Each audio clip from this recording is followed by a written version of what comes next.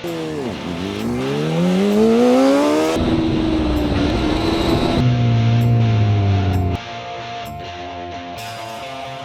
of these Datsuns came out of a package deal of actually, I think, 3.5 There was cars. 3.5 cars. 3.5 cars. A friend of ours found them, decided he would rope us into his dream of 3 different teams building the same car and going in 3 different directions. And of course, he's the one that didn't get his car done. So our car was just the body. It was a yellow body with this white hood. It came on a trailer. No frame, no wheels, no engine, no nothing. It was really just the body sitting there. There were some scrap parts laying around in it, but they were full of snow. The body was brought into Chicago in February, so it was all covered in snow, and that's how we brought it into the shop and built the frame underneath it. The frame underneath this car, it came from a 1982 or 1983 Formula 440 car. So we had to extend the frame about 10 inches to make the wheelbase fit, but the width was already very similar to the Datsun specs, so we just had to make it longer in the middle. But because it's a Formula 440, it uses the Formula 440. It's now the class has bigger engines, so 500 or 600, but it uses rubber puck suspension, so the only spring you get is a tiny little rubber piece about this big, and you can do anything you want as long as that's your only spring. So anyway, it still has that rubber puck suspension. It's got a 2009 CBR 600RR motor from a Honda motorcycle. So it's a 600cc motorcycle, chain drive to a solid axle. Motor and the axle are all on the same swing arm. So it makes a lot of noise. I get a 15,000 RPM red line, which is pretty cool. And yeah. So our car, I had the first pick of the cars. These were all barn finds up in Carolina. And when we found out decided we were gonna buy this, I zipped on up, grabbed the car, and I was fortunate enough to get the most complete car out of the bunch.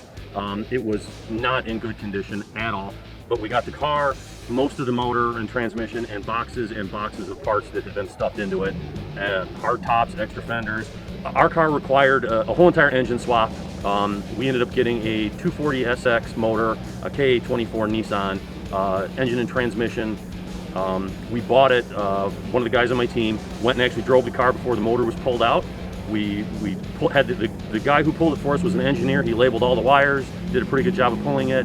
We brought the car in one weekend, we slammed it in, got the whole swap done in about a weekend, and then we let the car sit for months before we came back to it, like all Grassroots teams do. And the last few months, we've kind of slammed this thing out to get it here. We put a turbocharger on it. It runs pretty good, but we have done nothing with the suspension. It is the alignment that was on the car when it was in the barn.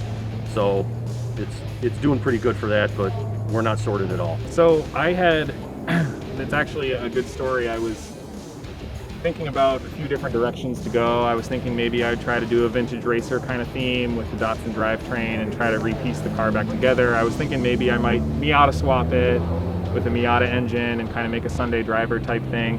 And I also had this wild idea to do a motorcycle engine car and, you know, really go all out and try to make kind of a formula car with it. And I was talking to my wife, and she said, well, which one of those has a chance of winning the challenge?